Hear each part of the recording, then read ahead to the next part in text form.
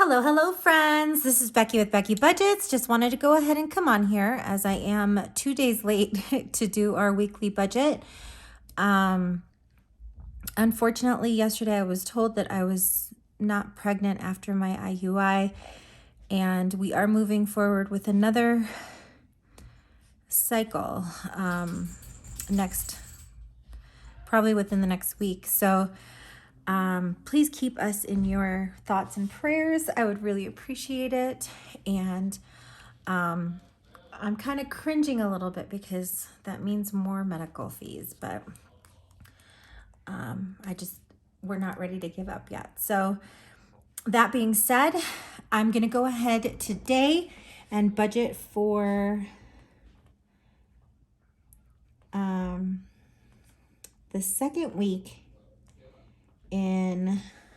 the first week of February. And so my husband gets paid on the 2nd. My paycheck does come through tomorrow. So I'm expecting,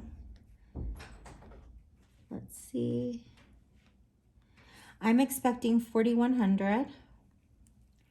My husband is expecting, we have him down to $650. And then my dad did deposit $500 to help us with rent. And I'll put a spot for savings in case we do dip into savings. So when I add those three values together, we end up with a total of $5,250 as inflow.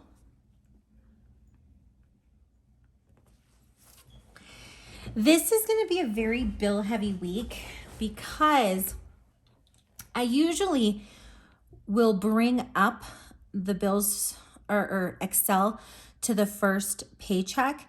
But in this week, it actually falls within the same week.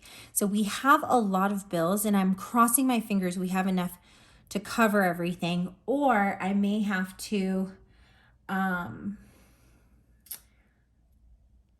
of pay something the day later for the February 9th check. But we'll see how this ends up. So the bills for this week include rent, which is due on the 1st. And then we have our Upstart loans, which is due on the 2nd. Allstate is also due on the 2nd. Then we have the minimum on my Barclay, which has the Dell premium on it. That's due on the 3rd. My husband's Barclay, which has the Capital One on it, that's due on the 5th. Audible is also due on the 5th. The Southwest, the Chase Southwest is due on the 8th. And Excel is due on the 8th. We have rent at an estimate of $2,500. I'm not sure until tomorrow what it's going to post to, but I'm expecting it to be a little higher than that just because gas prices are higher. Upstart, we do $1,652. Allstate, we've got it at $166. My Barclay gets the old minimum for Dell, which was $90. And my husband's Barclay gets the old minimum we used to pay the Capital One, which is $80. Audible is $16. And I am on a bi-monthly plan. So I basically get a credit every other month, which is why it's $16. The Southwest has a minimum of $159. And the Excel, and I'm going to cringe as I write this, I did check it after we did our monthly budget. Our Excel came in for $282. I did take a look at the bill. It is completely the natural gas portion. Here in Colorado, we do not pick our utility companies, and Excel did send us a message letting us know that they were actually buying our gas from commercially, and that because of that, they were going to be charging us what they were being charged per barrel. So that's most likely the reason why it's so high. I'm just hoping that this isn't for too much longer. So let me go ahead and add these together.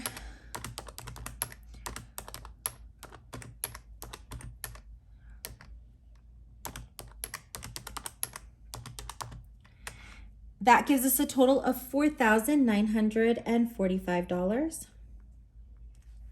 It's really high this week. And the reason I said that I'm going to kind of, if we don't have enough money, I may push things out, is because we do have a grace period with the Excel. So I can pay it on the 9th, one day late, and we won't incur any charges. I can also bring down these to their minimum, which is $29 each. And then Audible goes onto a revolving credit card and gets paid off the credit card. So that's another thing we can kind of push. It's just not too much money. So that's what I meant by we can kind of push things out. But we shall see. So we're going to be left with a leftover of $305. When I pull that down, what we are struggling with right now is gas. And I do already have the $100 for food from last week because we did plan ahead. So I'm going to plan on putting, let's put 50 to gas, and then 50 to miscellaneous. So that'll be $100. That'll leave us a leftover of $205.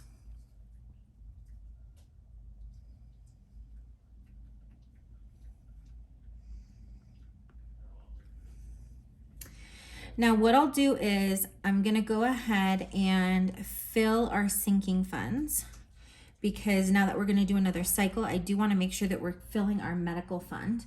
So that's gonna be $25, 15 to vet, 15 to household, 15 to car maintenance, 15 to gifts, 5 to vacation,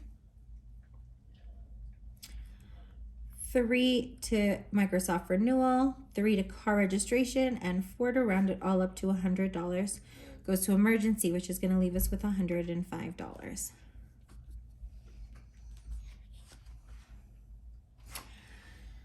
Now, this is my check of the month. So it's going to be 52 week number 1.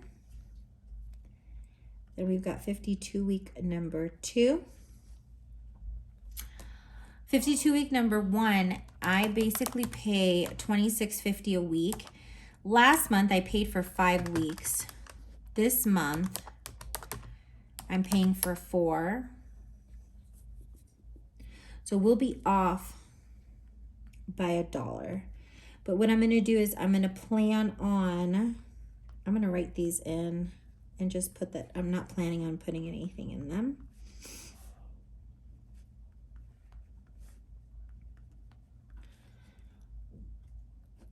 So what I'm going to plan on doing is putting those extra 105 into 52 week number 1, which will get us that zero base budget.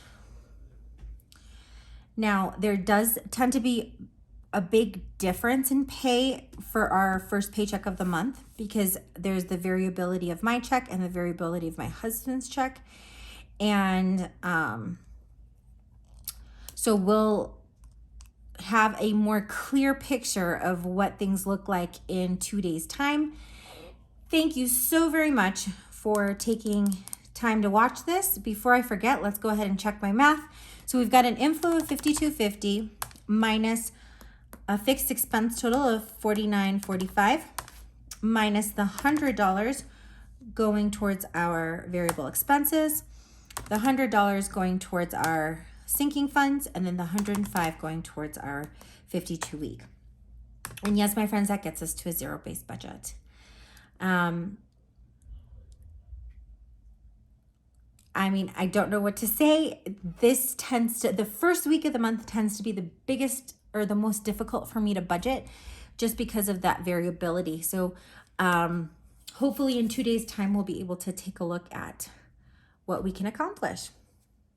I hope that each and every one of you is having an amazing day, and I will see you tomorrow with our spending update. Thank you so very much for your patience with me during this time, and have a good evening. Bye, friends.